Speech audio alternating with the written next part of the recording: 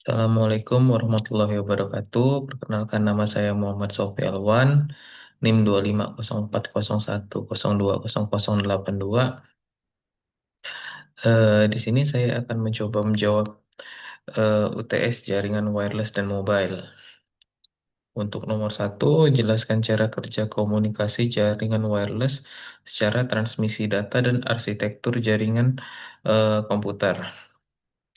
Metode komunikasi wireless yang saat ini banyak digunakan adalah jaringan Wi-Fi berbasis standar IEEE. Sebagai contohnya, ketika kita membuka video YouTube menggunakan laptop yang terhubung ke Wi-Fi, laptop akan mengirimkan permintaan data ke access point. Access point berfungsi sebagai penghubung antara perangkat pengguna dengan jaringan internet. Data yang dikirim laptop tidak langsung berbentuk gelombang radio, tetapi terlebih dahulu diubah menjadi sinyal digital. Setelah itu, sinyal tersebut diproses dan dipancarkan melalui antena dalam bentuk gelombang radio. Gelombang radio sendiri kemudian diterima oleh access point dan diteruskan ke router serta internet. Setelah server YouTube mengirim data video, proses yang sama terjadi secara terbalik hingga video dapat ditampilkan pada laptop. Arsitektur yang digunakan pada sebagian besar jaringan Wi-Fi saat ini adalah infrastruktur mode, yaitu komunikasi terpusat melalui access point.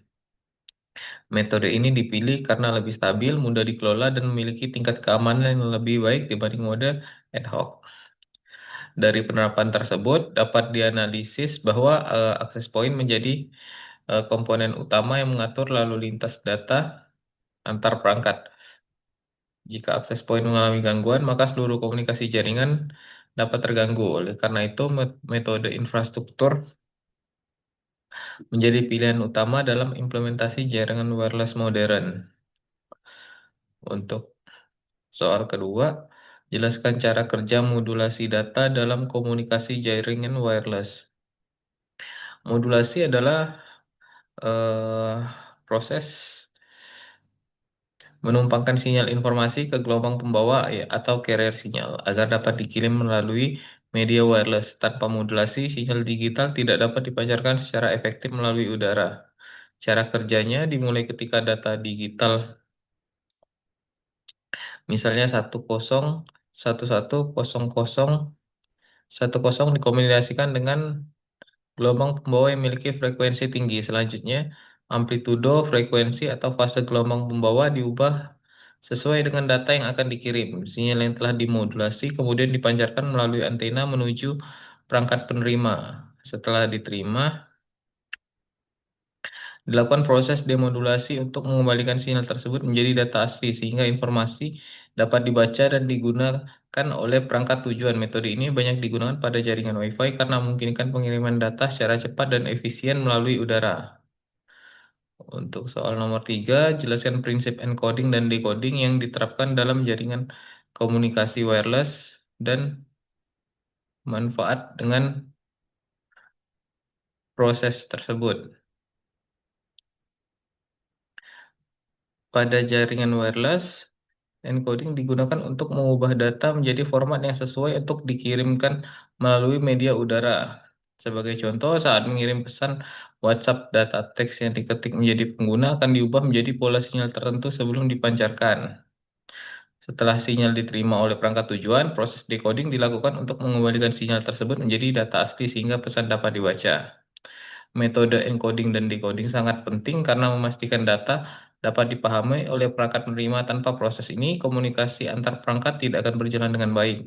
Selain itu, encoding juga membantu meningkatkan efisiensi dan mengurangi kesalahan transmisi. Soal nomor 4, jelaskan cara untuk mendeteksi dan memperbaiki kesalahan bit dalam transmisi data komunikasi wireless.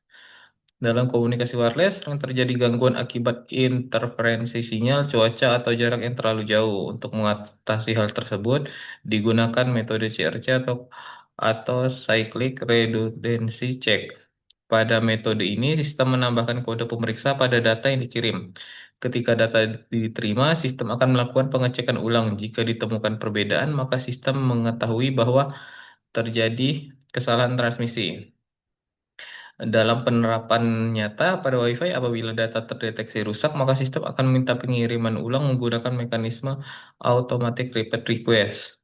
Metode ini terbukti efektif menjaga keakuratan data meskipun menyebabkan sedikit tambahan waktu transmisi. Oleh karena itu, metode CRC masih digunakan secara luas pada jaringan wireless saat ini. Soal nomor 5, jelaskan spread spektrum dalam komunikasi wireless dan jenis-jenis metode spread spektrum. Spread spektrum merupakan teknik penyebaran sinyal pada rentang frekuensi yang lebih luas untuk mengurangi gangguan dan meningkatkan keamanan komunikasi. Salah satu penerapan yang masih digunakan hingga sekarang adalah Bluetooth yang menggunakan metode frekuensi hopping spread spectrum. Pada metode ini, frekuensi sinyal terus berpindah-pindah secara cepat mengikuti pola tertentu. Dengan metode frekuensi hopping spread spectrum, kemungkinan terjadinya interferensi menjadi lebih kecil karena sinyal tidak berada pada satu frekuensi secara terus-menerus. Selain ini, FHSS, terdapat DSSS dan CDMA yang juga digunakan dalam berbagai sistem komunikasi modern. Penerapan spread spektrum terbukti mampu meningkatkan kualitas komunikasi wireless terutama pada lingkungan yang memiliki perangkat elektronik. Sekian presentasi dari saya. Terima kasih atas perhatiannya. Wabillahi taufiq wal hidayah. Wassalamualaikum warahmatullahi wabarakatuh.